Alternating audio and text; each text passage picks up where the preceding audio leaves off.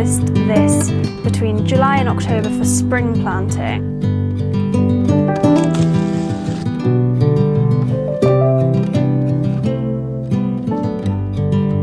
Yeah, it was definitely a big decision for me anyway. So, looking back,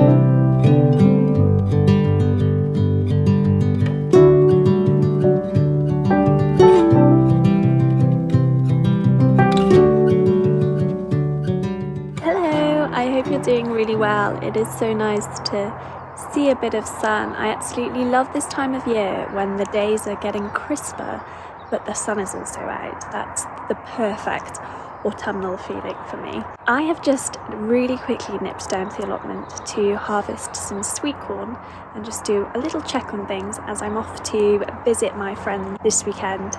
So I'd like to take some sweet corn as a gift.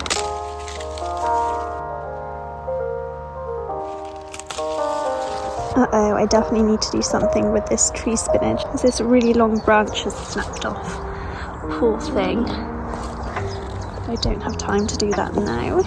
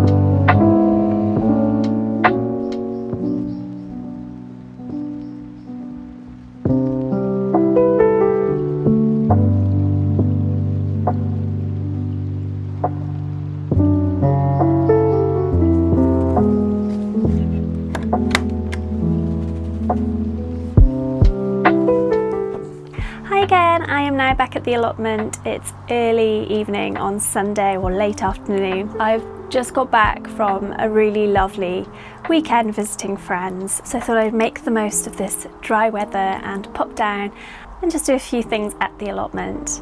Firstly, I'm going to plant some very sad cabbages and cauliflower that I've had in these tubs. You might actually recall from an older video, I picked these up quite some time ago. I did plant a few in a bed, but I've had these waiting for a home and just didn't get around to it, to be honest. So these are red winter cabbages, and I think these will be okay, fingers crossed, once they get in the ground, because you can plant them between March and September.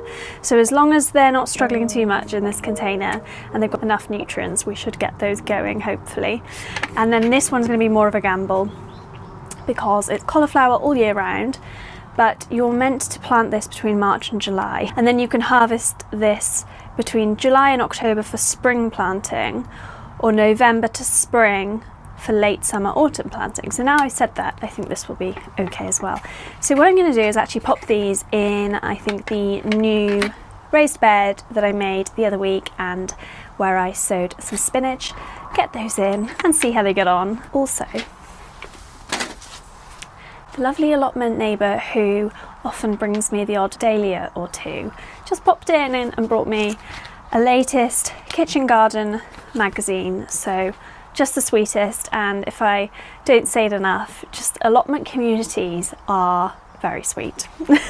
So I can't wait for a little read of that this evening after dinner. But right, let's get to planting.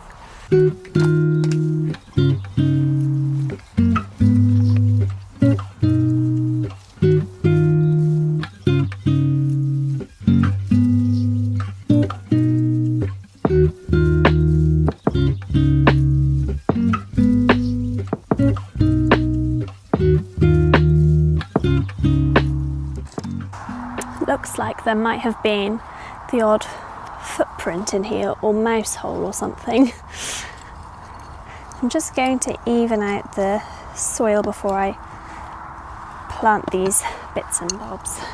This might actually work out to be a good succession planting accidentally, because the ones I've got over there are growing along now. So they might either end up catching up or being ready to harvest a little later. So let's get them in.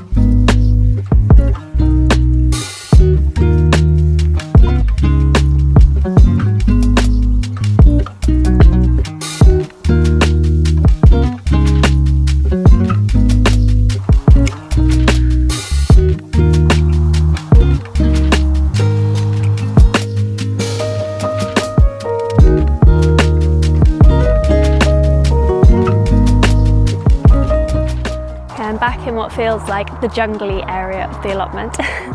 This poor tree spinach I'm just going to snip off here,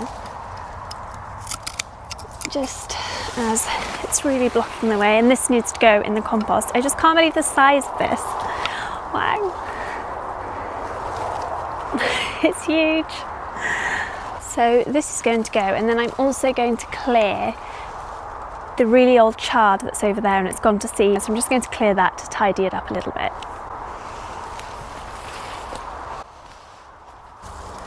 Okay, I'm not going to pull up the roots, I'm just going to snip them at the base for now, and we'll see how we get on.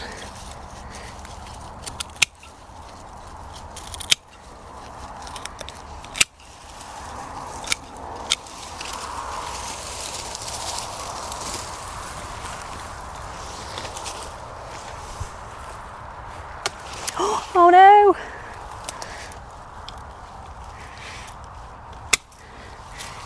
Anyone who knows me knows that I'm extremely clumsy. I've just broke a poor sunflower. I'm actually, as much as it was going over, I'm going to take that home. Poor thing.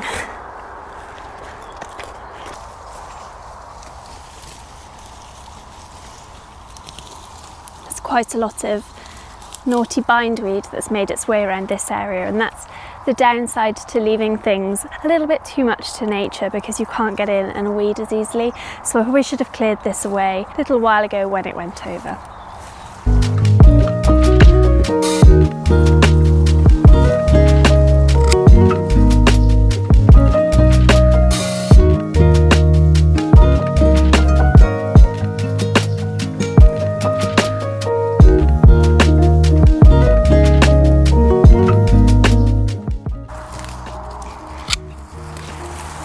Okay, as I do this, I thought I might talk through why I took on this allotment plot in particular. You might recall that I had a choice of 3 plots on this site, which was super unexpected, and I was very grateful to have a choice, and they were all rather different.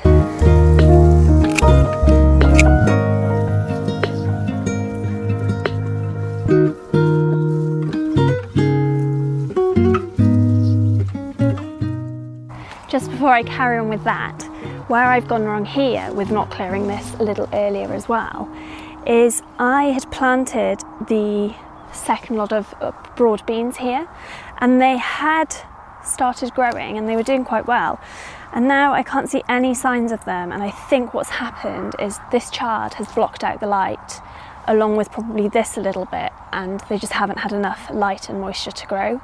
So yeah, lesson learned there.